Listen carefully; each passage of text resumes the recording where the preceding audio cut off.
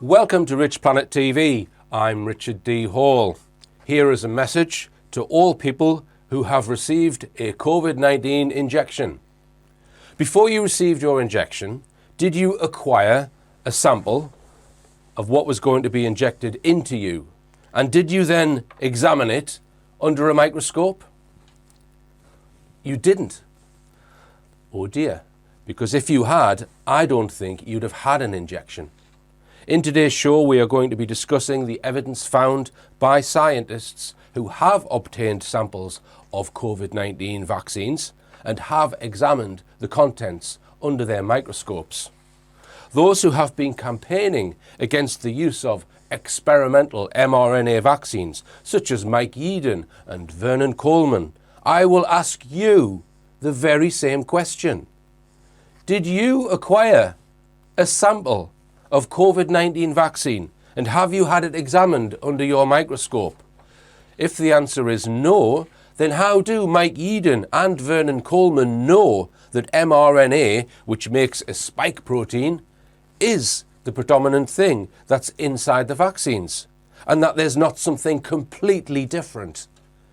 Because those who have bothered to look, it seems, have found something completely different. Is the whole mRNA spike protein narrative just a cover story? Is it a global, phony bone of contention? I'm guilty too, mind. I featured a scientist on this show talking about spike proteins produced by mRNA instructions and how they could be characterized as prions. He or she is saying exactly the same thing on mainstream media. I've done a lot of research, and I really am beginning to understand exactly how the process takes place, and it's very disturbing. Now, the neurodegenerative aspect of this that you specifically highlight from your research, explain that if you can in layman's terms. Yes, I'll try to. And of course, the science is never easy, but it's quite fascinating what happens. The vaccine gets injected into the arm. The muscle cells get very upset. They bring in a whole bunch of troops.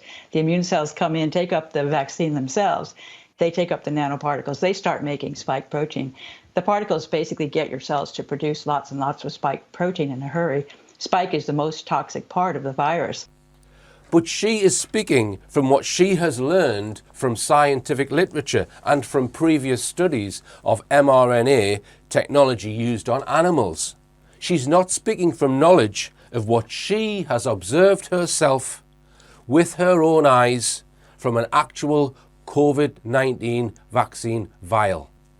Knowing just how duplicitous the system that controls our government is, any debate about COVID-19 vaccines that is not based on independent forensic examination of the vials is just complete hot air and helping to prop up a possibly flawed official narrative.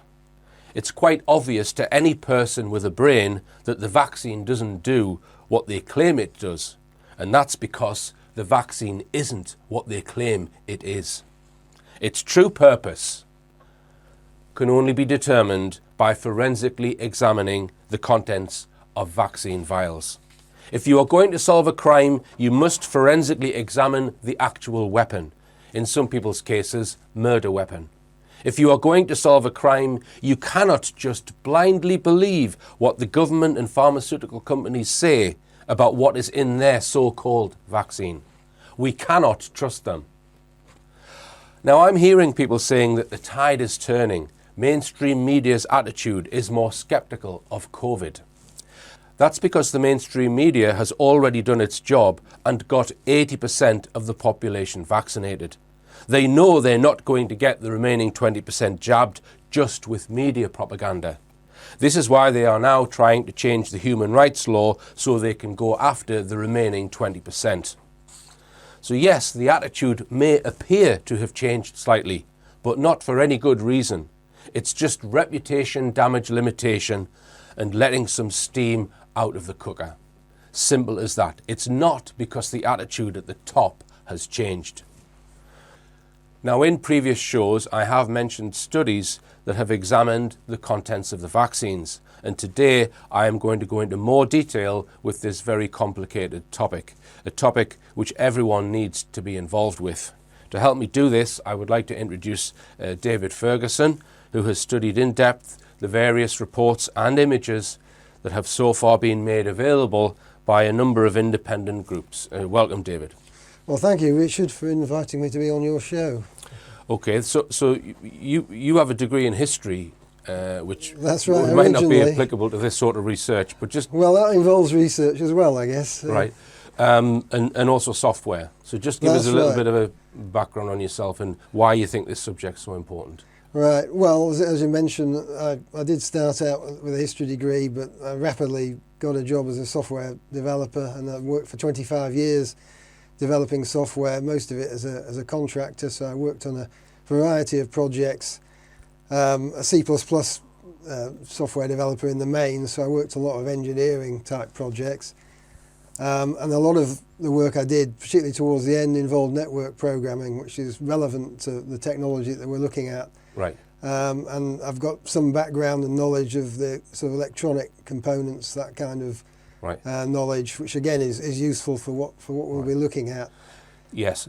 So one of the things what we're going to suggest is that it looks like there's nanotechnology being put in the vaccines, and we're going to go into that in some depth. And nanotechnology now involves a lot of, as you just mentioned, network components, let's say, a network transmitters and receivers, and the transmission of data, which Well, you're yes. very well versed Well, on. and the topology of networks, the design of network, the protocol layers, stacks, protocol stacks. Yeah. Which in the human body it's similar to, but has fundamental differences to protocol stacks in, let's say, using copper wires. That's right, and even wireless networks still hold by the sort of OSI 7-layer stacks, but in this context they have to simplify and design it in a sense that mirrors the application as well, whereas wireless and wired network stacks tend to be generic. In this case they need to be application specific, really. Yeah, and we are going to mention various scientific papers that have been released about nanotechnologies that we think is similar to what's in the vaccine, and a lot of that includes papers written by the IEEE. That's right. Well, they draw up the specifications, and although their specifications for intra-body networks are quite vague, they do exist. Right. So although you might think that what's inside a vaccine requires expertise from, let's say, a microbiologist or something like that, there's a lot more to it than that, isn't there? There's other fields of expertise. Microbiology is about a third of it, I would say, and 2/3 of it are in terms of what people would understand as IT type technology, that is microprocessor technology and software, although there's probably no software as such involved. But think of, you can either implement logic in terms of logic arrays of hardware or as software, and I think it's more likely logic arrays that are doing this at this stage. We'll come on to that when we go through the various components.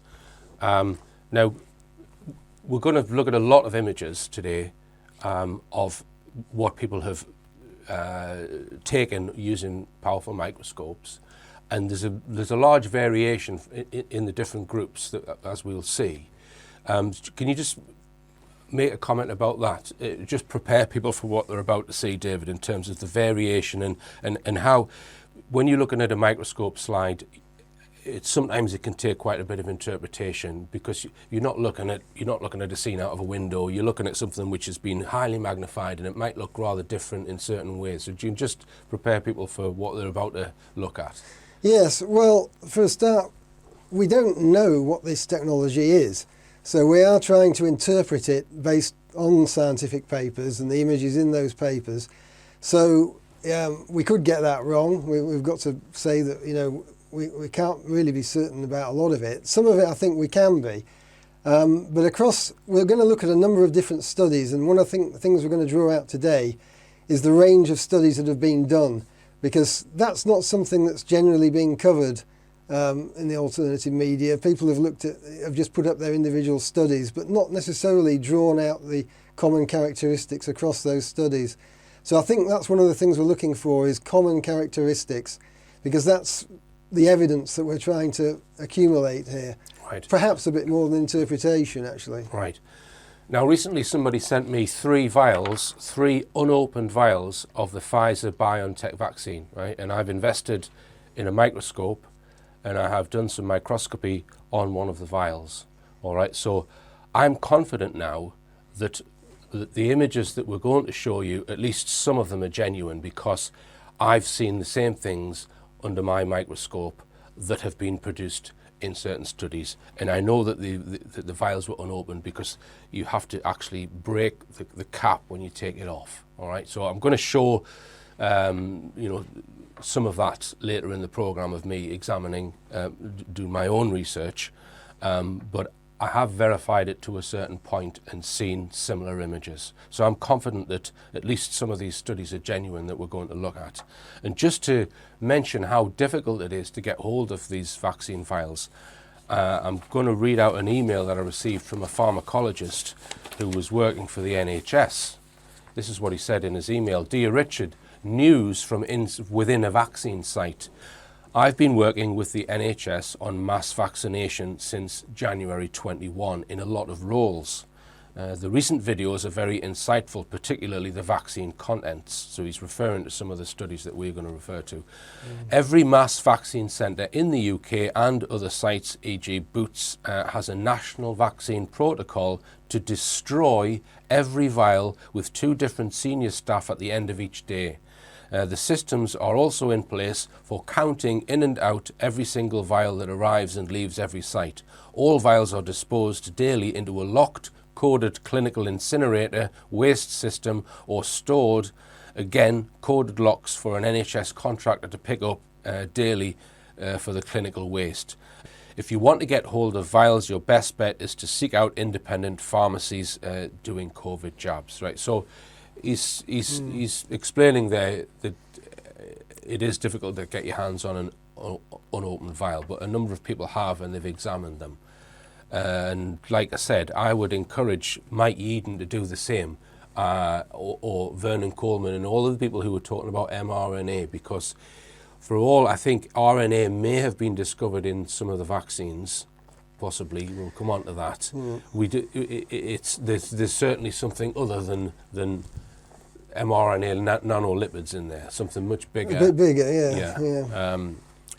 Okay then, David. We'll come on to your study now, because David has very kindly put together this document, which I might make available as a download. Now, what we could do, there's various studies, various scientific groups have taken photographs of the vaccine using microscopes, and they've published them. So there's at least half a dozen that I'm aware of. Yeah, well, there's more than that, but yeah. There's more than that. Rather than go through each one in turn, what we're doing is we're going through some elements of nanotechnology, because the average person isn't that familiar with nanotechnology. We're explaining nanotechnology that has been developed over the last 20 years. We're going to give a brief, we're maybe going to go through 12 different types of nanotechnology or 12 different components. We're going to explain it, and then we're going to look at all of the images which seem to show that type of nanotechnology. And then we're going to look at multiple studies of microscopic images together, which support certain evidence. Yes. Yeah. So the first thing we're going to discuss is carbon nanotubes. David, do you want to just give a brief comment on what a carbon nanotube is and how long they've been around? Right. Okay. Well, carbon nanotubes, I think, were discovered in 1991, and they're one of the allotropes of carbon that are synthetic. So carbon nanotubes can be created by folding a carbon nanoribbon, a graphene nanoribbon, should I say. And this is probably the method that's being used for these carbon nanotubes that we see in the body, both, as we'll see in some of the images, both in the body and in the vaccine. And I should also point out that these have also been discovered on the swabs used in the testing, right, and on the masks, that, right, the surgical masks. Right.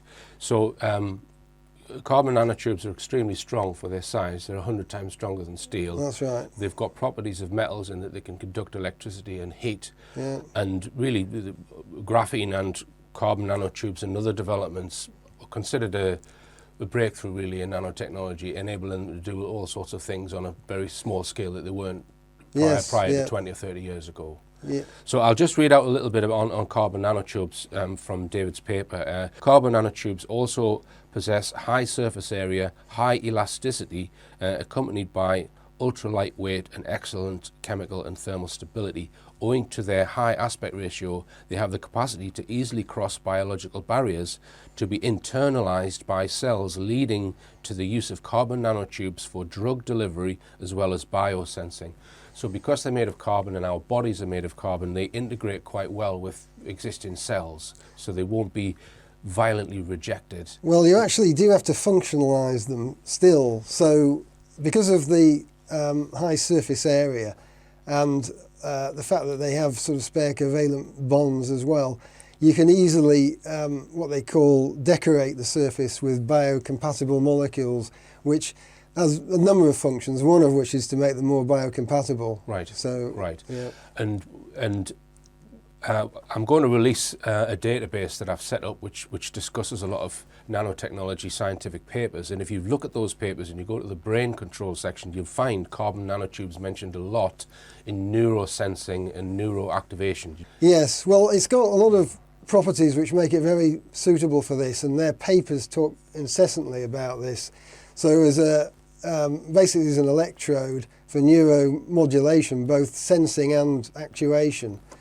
So they can be used essentially as a transducer in that context. So just to interrupt you, a transducer is something which can receive information about something it's connected to. Yeah.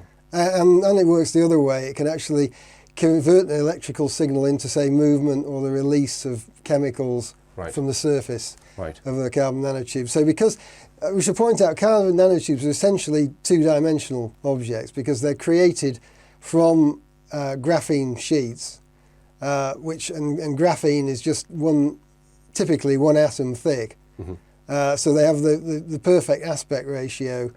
That enables them to get into cells and to get in past the blood-brain barrier, but also it means you've got the biggest surface area for psychoelectrical stimulation.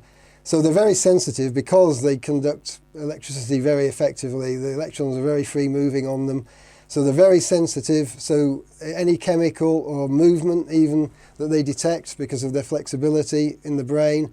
So any kind of neural activity they'll pick up very easily and translate that into an electrical current, which makes them a sensor, a transducer. But it also can work the other way, so that a signal sent to them can then be used via an electrode process as a way of actually stimulating neurons. So let's just spell that out in basic terms then. They can read what you're thinking and make you think something. Well, I think that's the intention, yes. Yeah, right. I think that's what... Potentially. Potentially. Now, when I first found out about carbon nanotubes, you often see diagrams and they look like engineering structures in terms of they're perfectly cylindrical and straight, but that's not how they appear in all of the studies we're going to look at, including what I've seen under my microscope. No. These things look far more biological, let's say. So do you want to just make a comment on that, the fact that they're not necessarily, just because it's what we think of almost like an engineered item, they're not like that, are they? No, they don't. I mean, they have properties that make them look like some kind of parasite, worm-type creature, reacting to outside stimuli.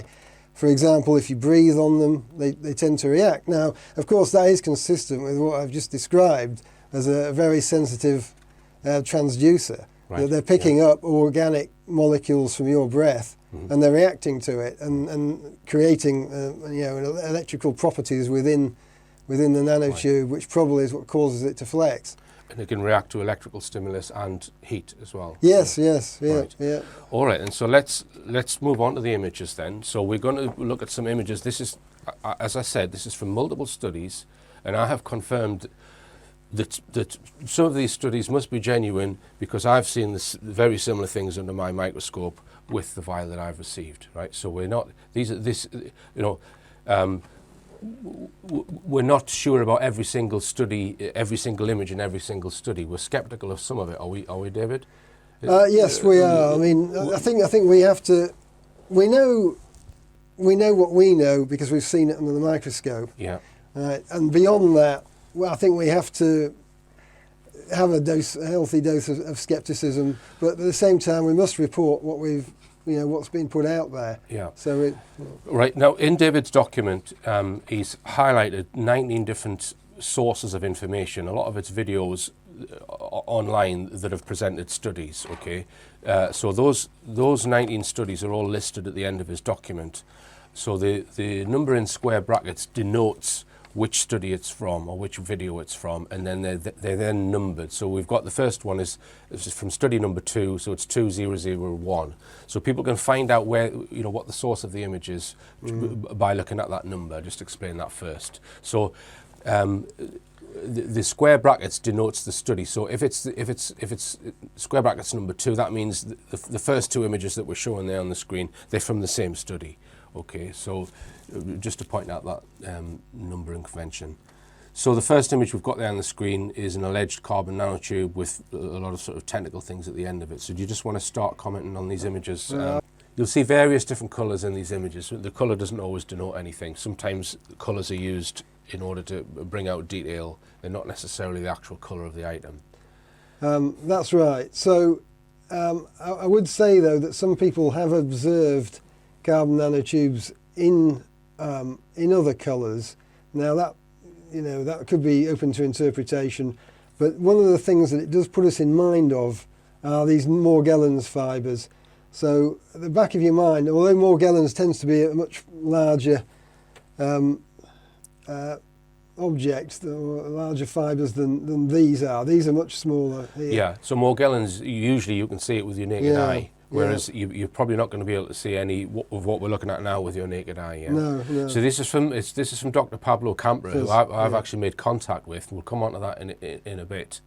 And these are some of his images. So you just want to make yes. So these are quite early images. One of Camper's early studies when he produced images, and this first image here shows quite a typical formation of a carbon nanotube with the sort of flayed ends to it.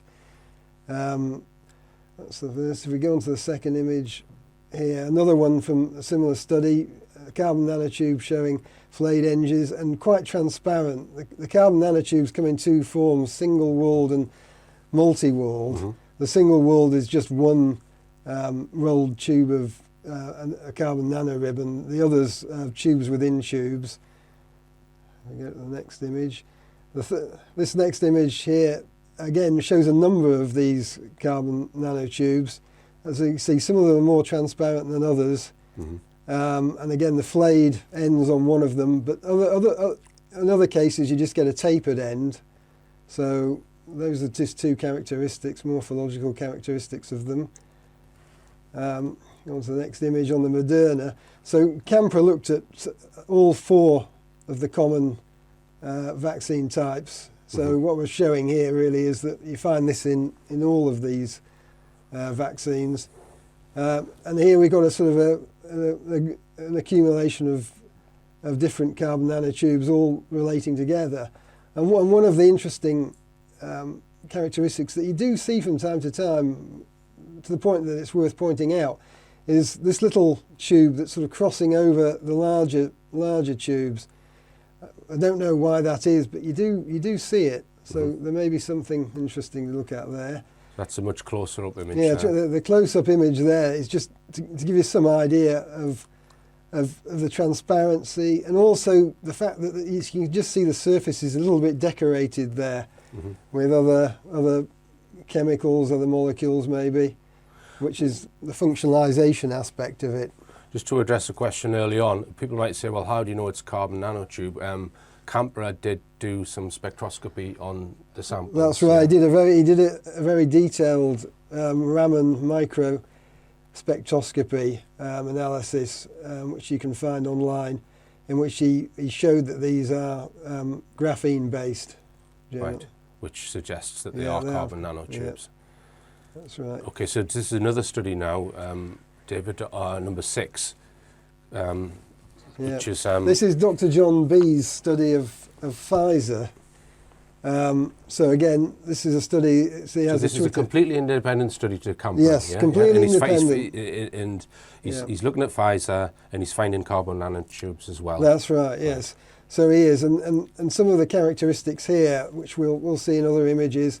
That first image on the top left, you can see that there's an accumulation of other objects at the top, towards the top of it, which is something that which is characteristic. They tend to pick up these little spheres.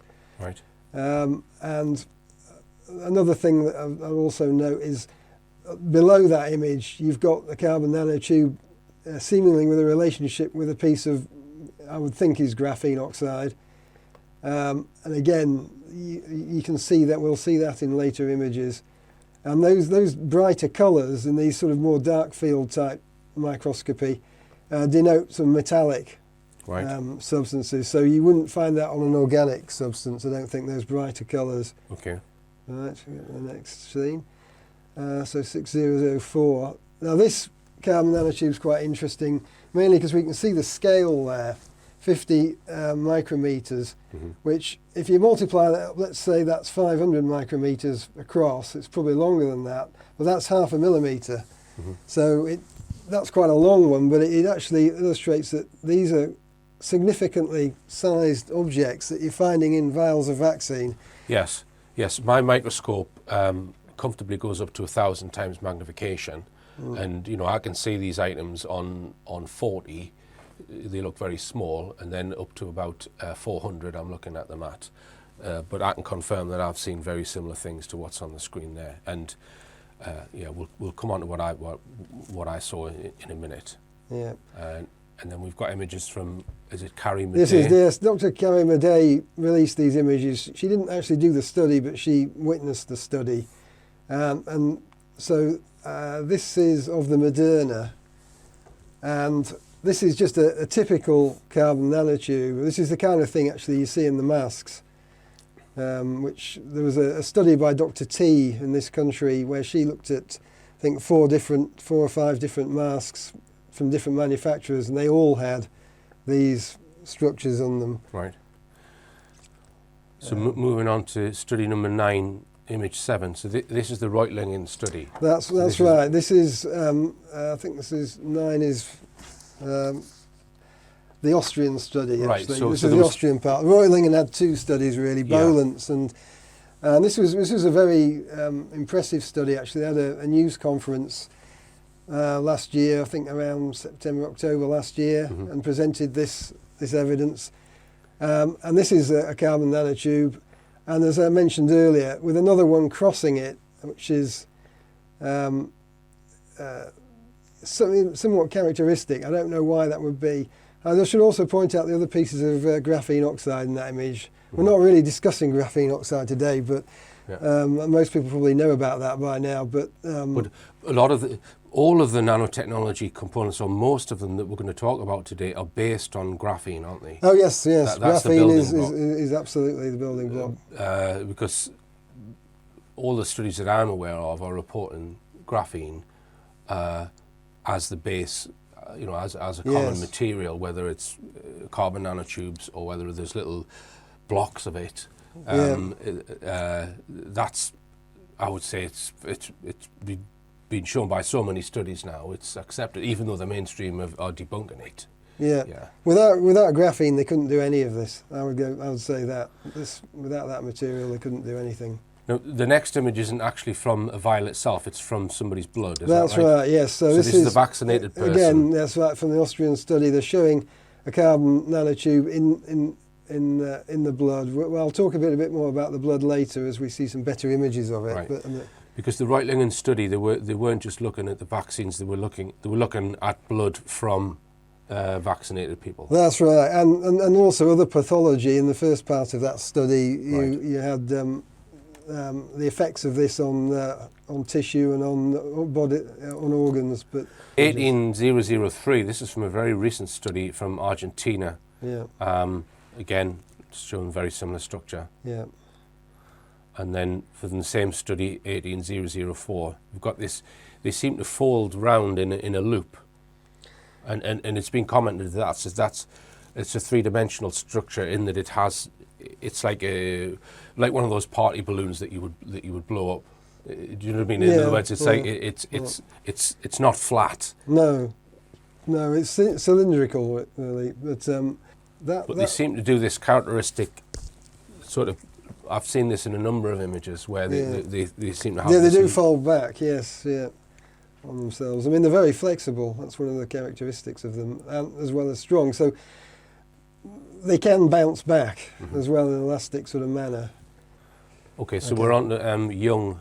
Yes. Okay. I'll study talk. number one is David Young, is it? Robert Young. So this Young. is Dr. Robert Young, and what he's showing here is a carbon nanotube in the blood, and in his images, it looked like the red blood cells, which are those objects around it, were attracted to the carbon nanotube, which could be, I'm just speculating, that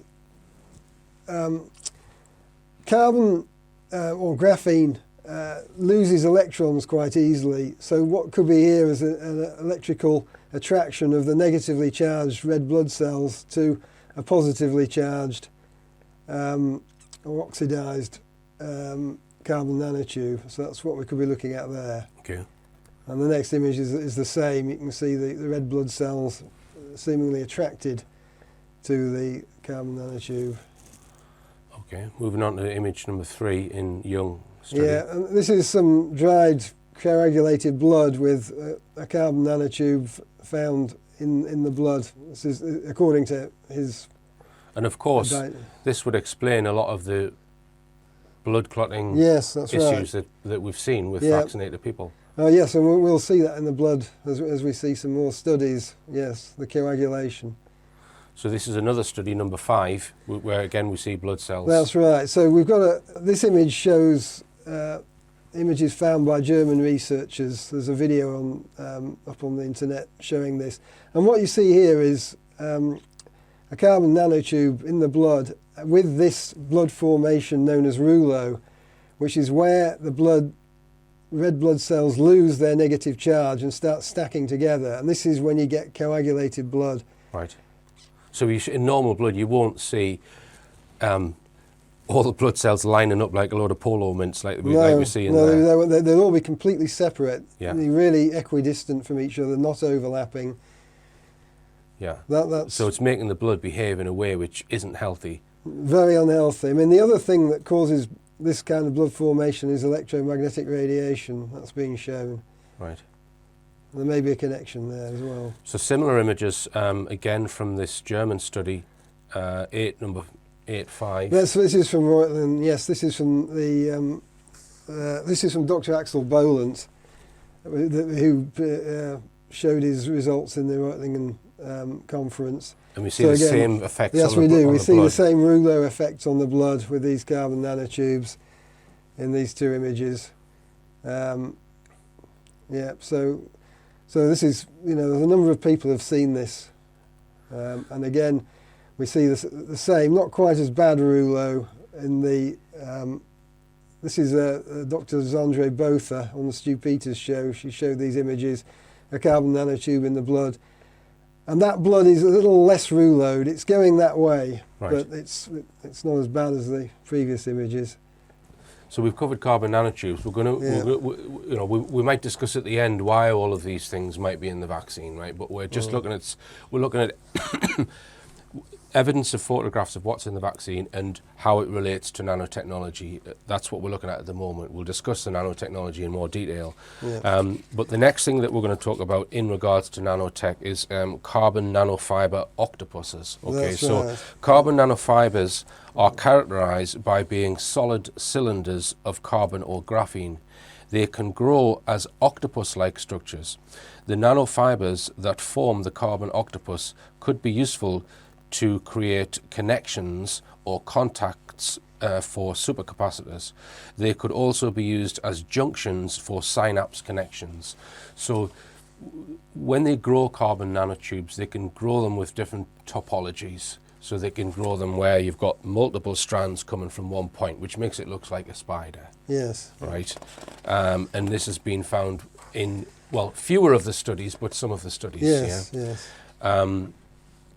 So, because I remember when this image first came out in study number 10, people were trying to debunk it or whatever. People were saying it was a parasite or what have you, or a creature.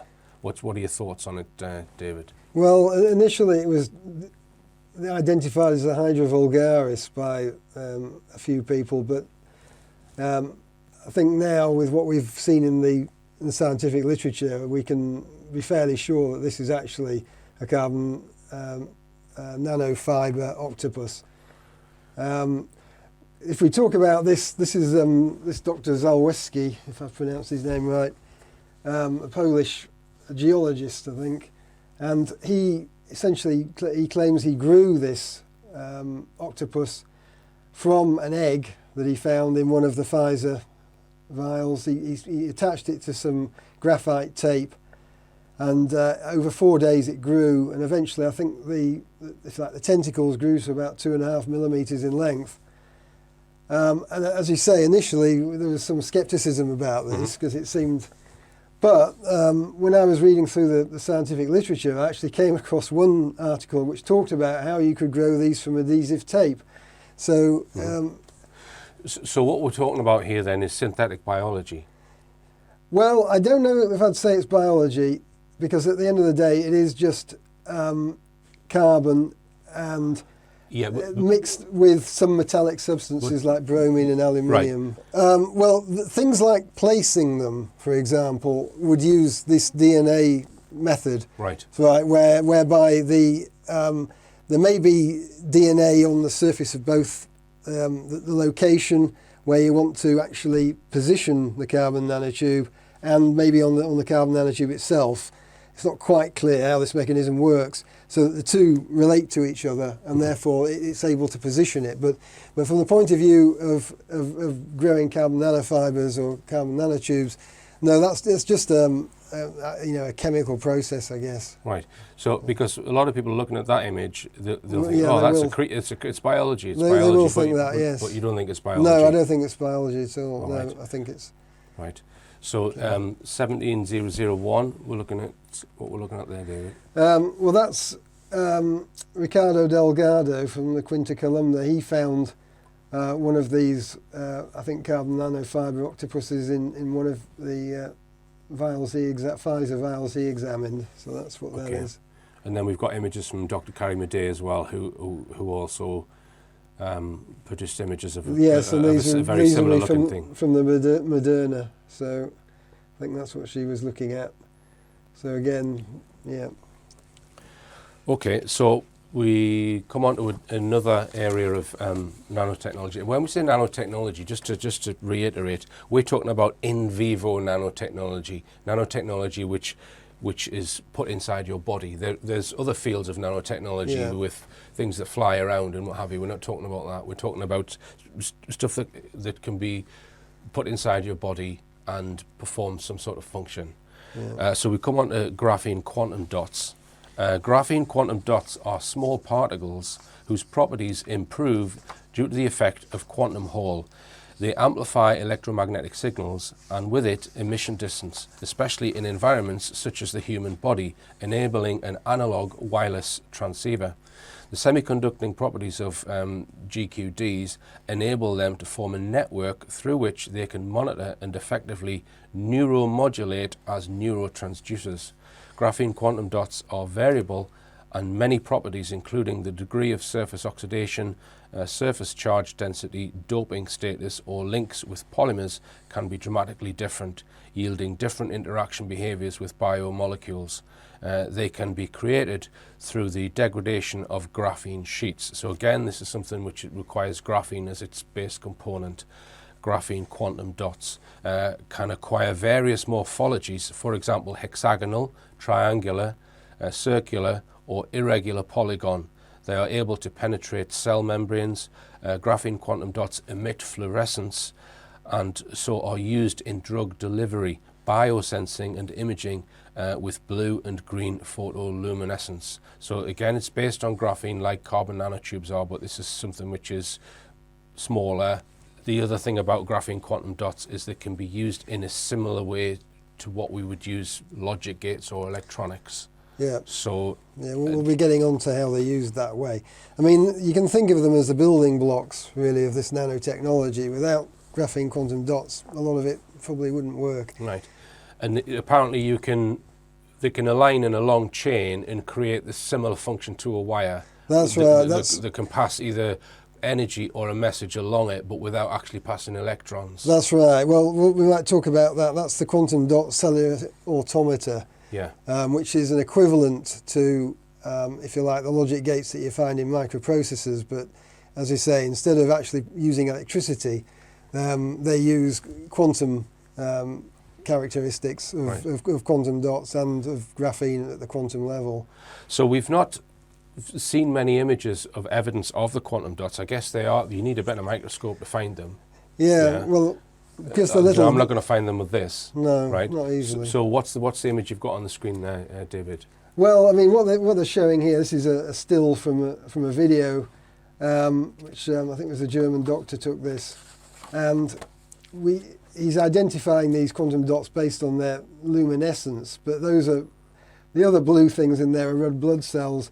And what you can see there is you can actually see quantum dots penetrating the membrane of those red blood cells. So the thing marked A, you can see the quantum dot on the exterior of the membrane of the red blood cell, and then C and B, you can see they're actually penetrated into the cell.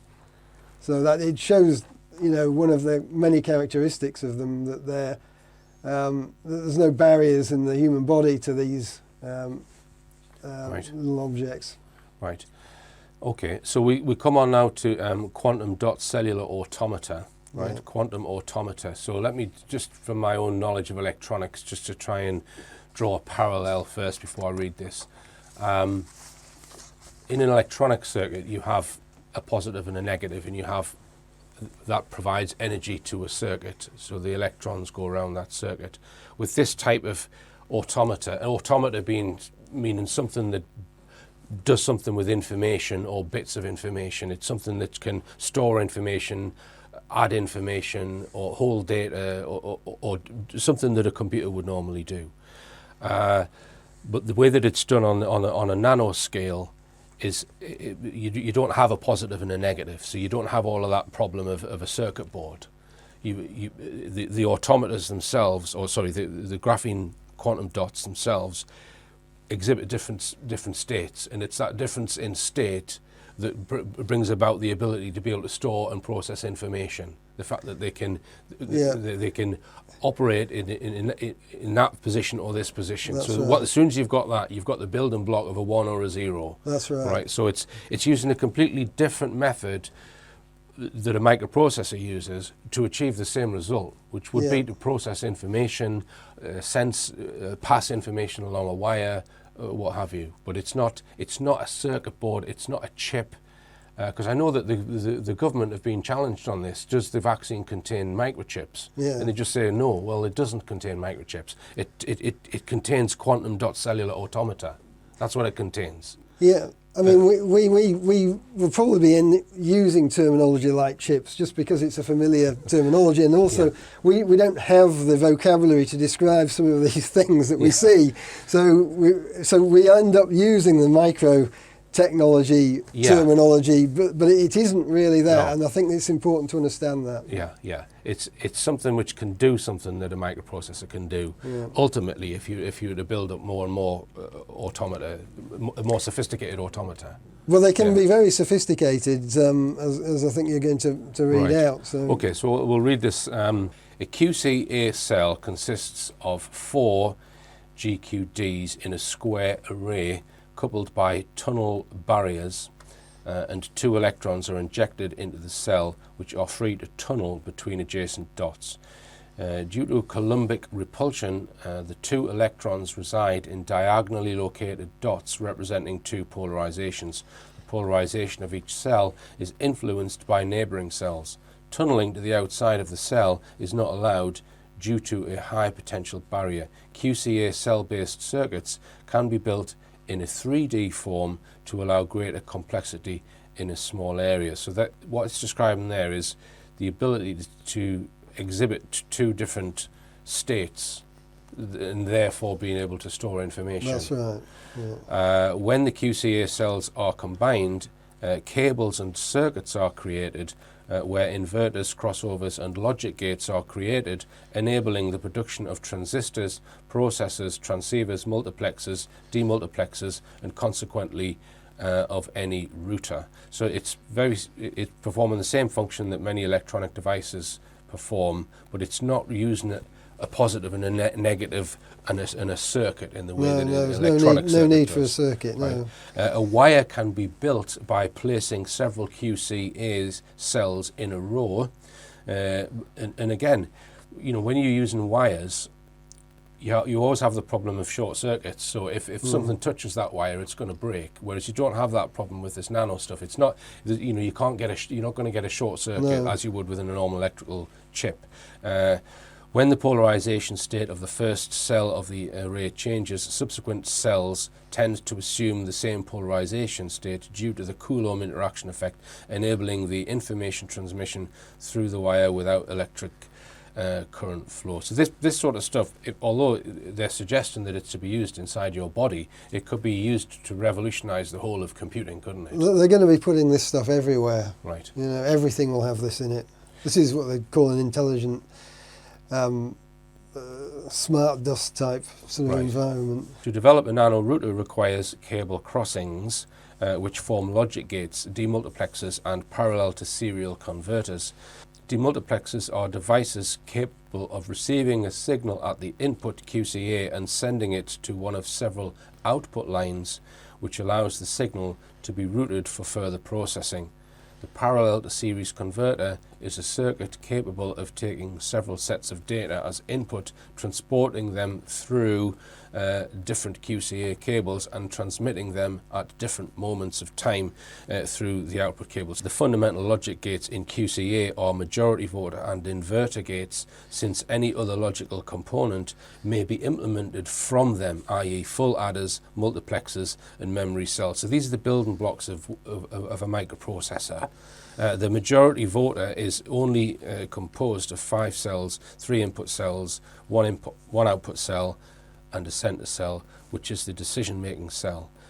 From the majority voter gate, other logical gates can be deduced, such as AND, stroke, OR gates. So this, just to summarize it, what this is describing is something that can go inside your body, which is completely unseen, which can do the same job that a computer can do.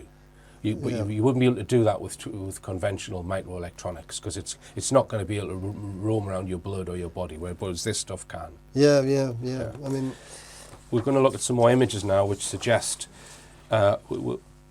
which may be consistent with quantum automata. Now, within this next section and the section on bow tie, antennas and self-assembly, where we discuss straight-edged, square-shaped items, some of these images might be explainable as being common salt crystals formed from saline solution. We're not certain what the square-shaped items are, but we've included them all for further discussion.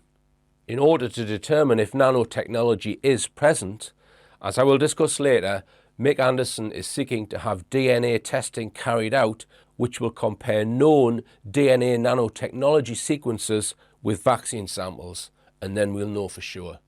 So do you just want to start with this 19001, David? Yes, well, this was probably the first image that we saw of something that looks like what we'll call a chip. I mean, in many ways, the analogy between a chip and this QCA terminology does break down quite quickly, because the chip has etched, a microprocessor has etched out silicon, creating transistors. And when we talk about transistors in this concept, which we will be talking about to a certain degree, we're not talking about them used as logic gates. We're talking about them in a context of being a sensor, which we'll come on to later. So there are no transistors involved in this technology. Just these gates or these arrays of quantum cell automata, which would be on the surface of something like this. Right. Although they can be used to make something similar to a field effect transistor. Yeah, but they're used, I think, for a different purpose, not for gate arrays as they would Right. be in the silicon Right. world. Right. Right. So this 9001, this is was this from the Reutlingen Yes, study? that's right. This is, I think, Well, there was this a is number of very the rectangular Austrian- objects that That's right. seemed to be moving around. One of them Yeah. looked like a SIM card. Although, Yeah, it did. Well, we'll see that in a bit. So I think this was the first study that we really saw a number of these. It was in the Austrian presentation at Reutlingen. These are just a few stills from their videos, so it's worth watching their videos to get the real effect, particularly when we move on to what they called the SIM card, which was this very square object which moved around, which we have a couple of images of there. Okay, yeah. And then when we get to The submarine. the submarine, yes. Well, this was again from the. This is actually from Bolant's presentation at Reutlingen, and this was probably one of the first pieces of self-assembly that we saw, because this object, this is a still taken from the video, this was moving around quite purposefully. This object, as if it was on a mission. But I think we can see here that there is some clear signs that something's been assembled here. This isn't a random. Right. So we'll come on to self-assembly in a later We will section, do, yeah, right?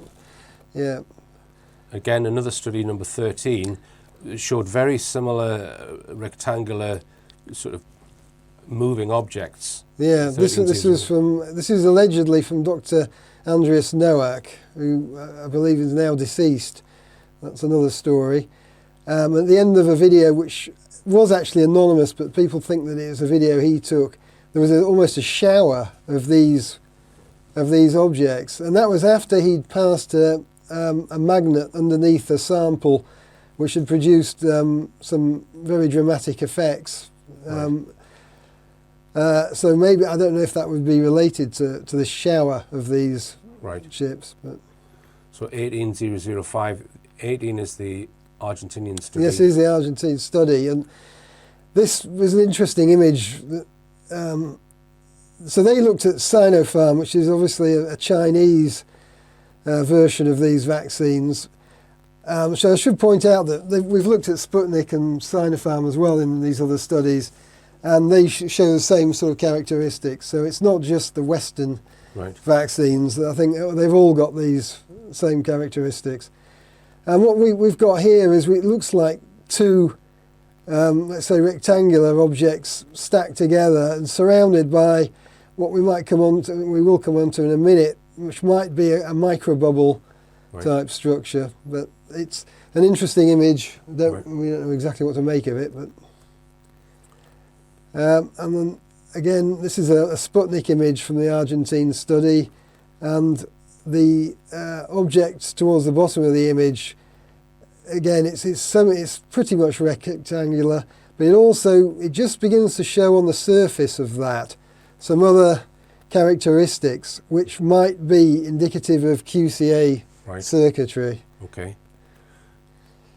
And then the next one down is showing graphene next to what might be some sort of... Yeah, that's right. So there we get some of that multi-layered graphene oxide. The darker it is, the more layers of graphene oxide there are.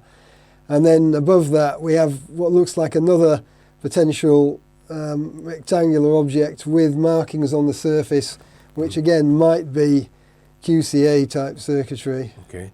So moving on to the Pfizer vaccine now, these are Dr. Pablo Camper images. Yeah. An altogether far more straight-edged, uniform, microchip-looking item, and this is something that we're a little bit sceptical of. I mean, I haven't found anything like that in the vaccine that I've looked at. Nothing as straight-edged as that. What you're talking about is self-assembly. Yeah, now, self-assembly. That might sound magical and fantastical to anyone who hasn't heard of it, but you go and check check on my database of all of the published papers that talk about self-assembly. This is something they've been working on for the last 10 years, how to put something in your body and then so it can then have the intelligence to assemble itself into something larger when it's in the body. They've been working on this, folks, for a long time. So this is not science fiction. It's not. We're not just making assumptions. We've looked at scientific papers which talk about self-assembly. Yes, yeah. Right. So we know it's a possibility. So right. So what this shows here is perhaps a combination of two processes going on: a fractal process and a quadrangular process. These are two. I mean, obviously, the fractal process is a natural process, and what they're doing a lot in this self-assembly is they're trying to make use of natural processes to assemble these this nanotechnology. Yeah. So I think Mick Andersen, who we're going to talk about a little bit later, he's described the different types of self-assembly. Yes. One of which is related, uses DNA. Yeah, well, they all tend to use DNA, but in slightly different ways, Right, I think. okay.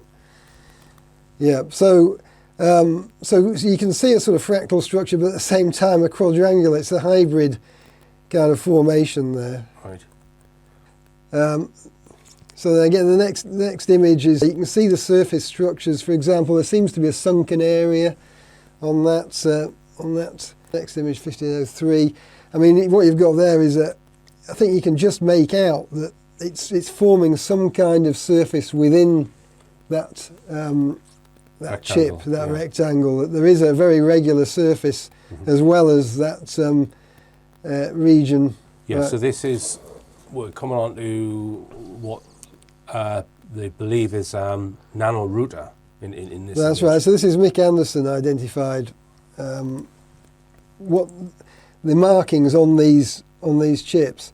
So what Mick Andersen has said about these chips is first that he's matched up the images which look like little scrolls on those chips with QCA designs, that's quantum cellular automata designs for nanorouters. Yeah. So he suggests that these might be nanorouters.